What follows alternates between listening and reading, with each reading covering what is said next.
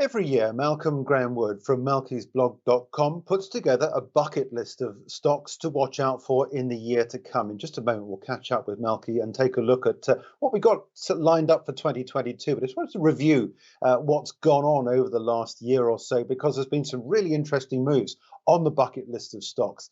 Let's quickly run through, first of all, what's happening here in the UK. Got four stocks here. Bearing in mind, we've got companies that at the beginning of the year didn't know anything about the rising gas prices. So you've got some really big responses here coming through. Serica, IOG amongst them. Jersey Oil and Gas is on the list. You can see up 16%, but Union Jack Oil was down 47%. We'll get up to speed with some more detail on these in just a minute with Malky. Let's take a look at what's happening on the international scene. Now, there's 8 stocks here in total. These are 4 of them. You can see that Touchstone was down 5%, but we saw a 200% rise for Petrotel Corporation. A quick update on the second list for international stocks. They got some nice healthy gains here as well for Predator and President, where Serica was on the way down. Chariot was also a bit of an underperformer. Let's take a look at some of the yield stocks as well. When you're looking at small cap stocks, you don't often get yields, but there's been some interesting companies to watch out for there with dividends on the added to the return. There are 3.6% for diversified energy. Wentworth Resources, the outperformer there in that list, up 36%. And finally, taking a look at the high beta stocks, because these are the stocks where we've seen some really interesting big moves. Kistos. Just recently, of course, this is a stock that's come into the public eye because it was called something different a short while ago. Zephyr Energy up 900%, but at the same time, you've got some of those stocks that have underperformed by a substantial margin as well, like BPC Challenger Energy. Well, let's catch up now with Malky and take a look in some more detail about some more of what's been happening over the last year. Malky, it's good to catch up with you as we end out 2021 into 2022. I know we're looking at these stocks on a sort of reflective look back, but I also wanted to get your idea as to how things are setting themselves up for 2022. First of all, I want your thoughts on the oil price and the gas price, because clearly this has had a big impact. Well, we were right on the oil price and the gas price last year, but not as right as we might have been on gas. As you can see, 2 of the top 5 performers, Serica and IOG, are both beneficiaries of the gas price, which has gone up from 50p a therm to 350p a therm. We've been talking about little else, but the oil price has been pretty firm. It got up to about 75, nearly $80 for Brent, and it's come back off a bit. I'm a short to medium term bull on the oil price still, not necessarily of the $100 people, but with maybe a sort of softish quarter still to come with COVID still around, but OPEC plus still ruling the roost. So, with oil prices, I think, to remain high, the oil sector is definitely a place to be. Yeah, let's take a look at some of these stocks on the move, because I think it's fair to say that, as you've rightly indicated, that with the change in the gas price, there's been some interesting moves here, but we weren't expecting, 900% for Zephyr. Kistos as well. Update us on what's been going on there, because it's been a big change. Of course, Kistos is relatively new.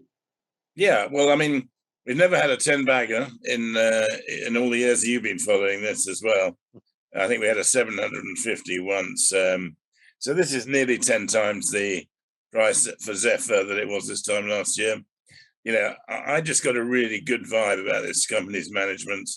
They'd taken over a place called the Paradox Basin in Utah, where it had been drilled before. They managed to drill it again successfully. But the management do all the right things. Not only have they obviously drilled this particular basin successfully, but they're very good at doing other things to make the company impressive on its own right. For example, they've been buying production mainly in the Williston Basin, which gives them just straightforward production, which pays for the running of the exploration side, which is what all oil companies like to do, but very rarely get it together. So Rick Grant and Colin Harrington, who's the CEO, have done a fantastic job here. And, you don't often see something which is up 9 times, and then you say, I could easily expect 5 times for next year. It'll be somewhere close to the top of the one for next year. And you mentioned Kistos. Kistos is all down to one man, which is Andrew Austin.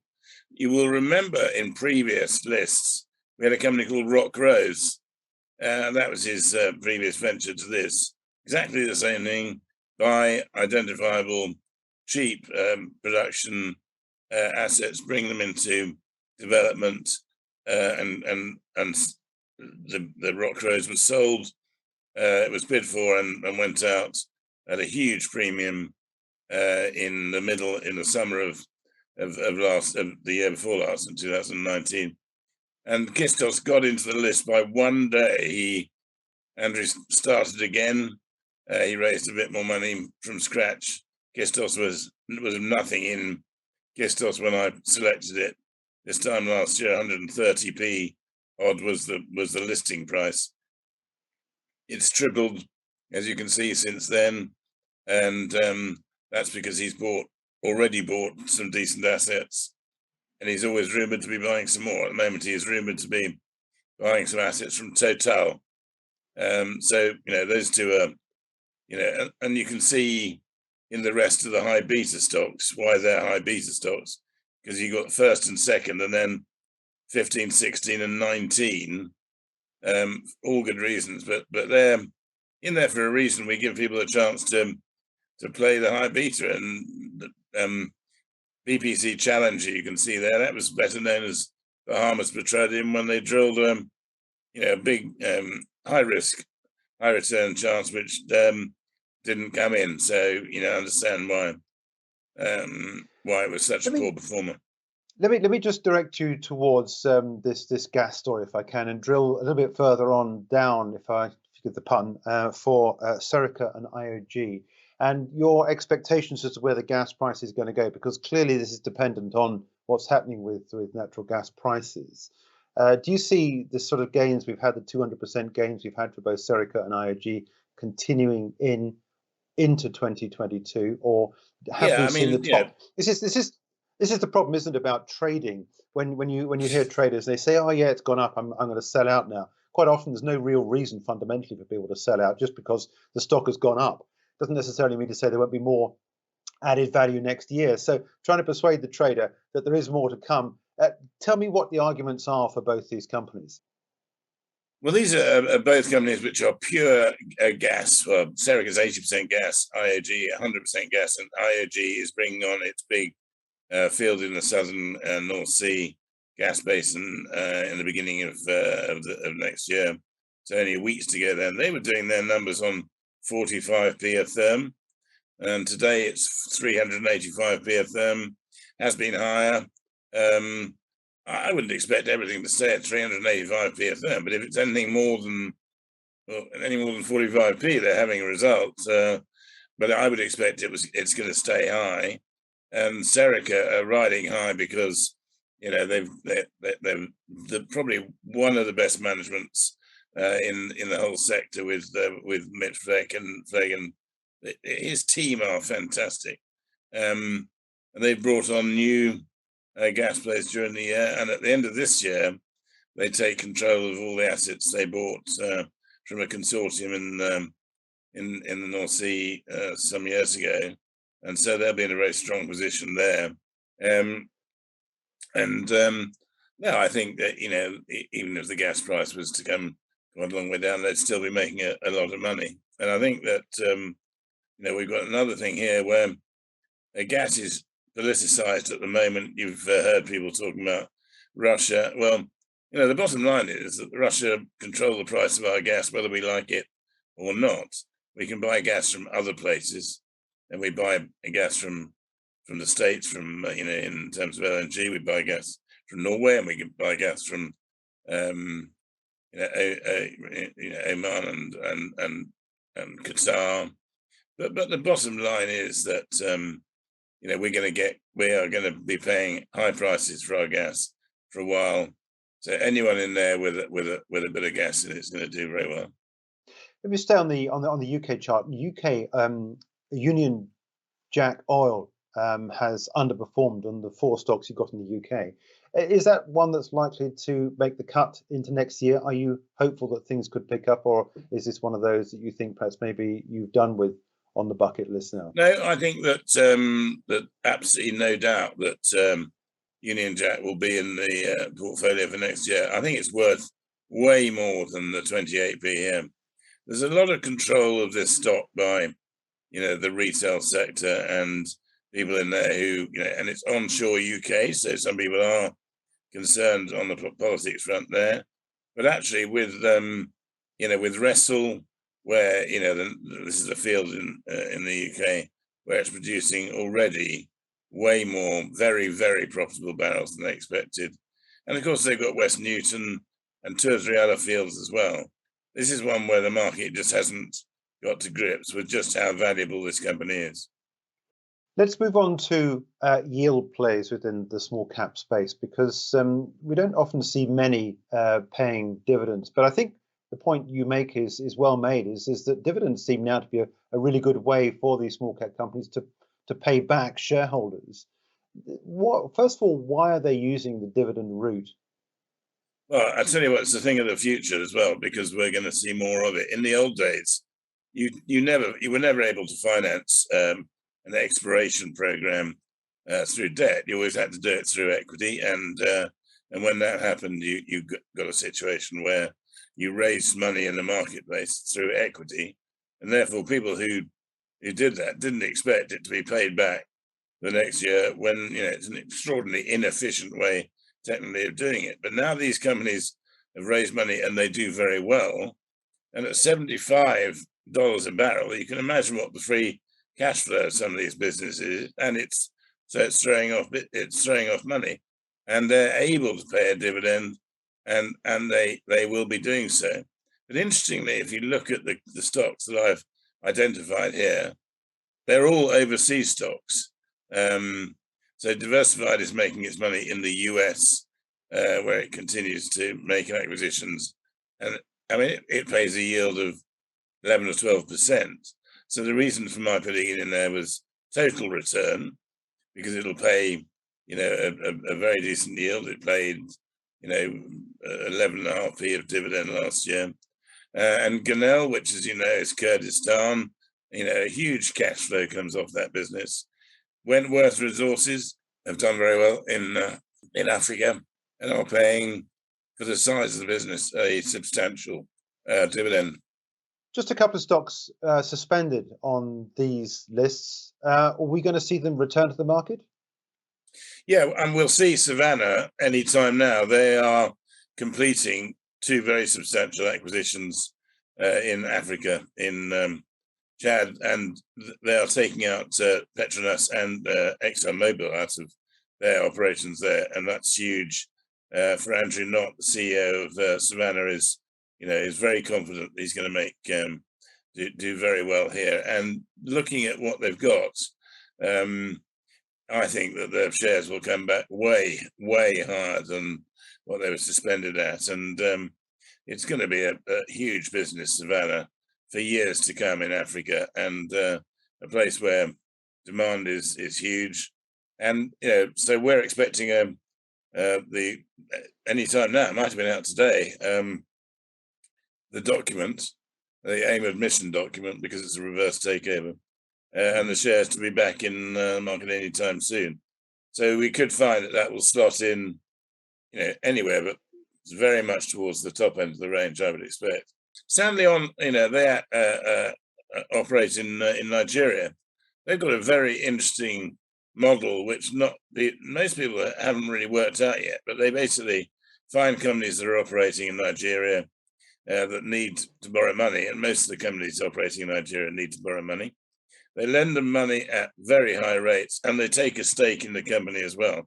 So they might lend them $10 million at 15 or 20%, and they take a 15% stake in the company. And then the oil comes on stream, and they get a huge payout. And Sandleon will pay out, probably 30% of their of the payments they get. It'll be lumpy because 2 years ago they paid out a massive amount of money. They're suspended because these deals take, as with the Savannah deal, who are also in Nigeria, because they just take a very long time to come to fruition. But when Sandleon comes back, I'd expect it to be way higher as well. Malcy, just one final question. we've not long seen the completion of the COP26 climate conference back in November. What did you take away from that? Because clearly we're talking about a sector here which is under a lot of pressure from social media, particularly in looking at ways to trying to find a better way for us all to get around the world, to heat our homes, and to engage more with renewables. I know a lot of oil companies are looking at ways in which they can become less environmentally damaging. We're looking at ways of trying to engage with renewables for power, for example. I know for a lot of these oil fields and for mining companies as well, particularly, which we're not talking about. But is there anything that you took away from COP26 which gives you some hope necessarily for small cap oil companies particularly? We know that some of the large businesses like Total are shedding some of their assets, and small caps are picking these small projects up at some profit. What do you see for us that are interested in small cap oil coming out of this sort of new era for the way we integrate and adapt to new ways of getting around? Well, I don't think I've ever been quite so excited about the opportunities for the oil and gas sector as when you see COP26 completing in Glasgow. And the reasons for that are fairly straightforward. First of all, pretty much all of these companies are working on getting to the lowest carbon in operating of their fields. I can pick out 2 or 3 there, but clearly Kistos, Andrew Austin is working on trying to be as virtually nil carbon. Jersey Oil and Gas, who are developing the Greater Buchan area, are doing that, and they're looking at everything from electrification and just basically all these companies will be low, very, very low carbon in terms of producing oil and gas. And take someone like Chariot, where, as you said before, the shares have been low this year, but that's because they're putting huge amount of investment down. First of all, they're developing Morocco, but across the whole of Africa, they're working with Total, part of Total,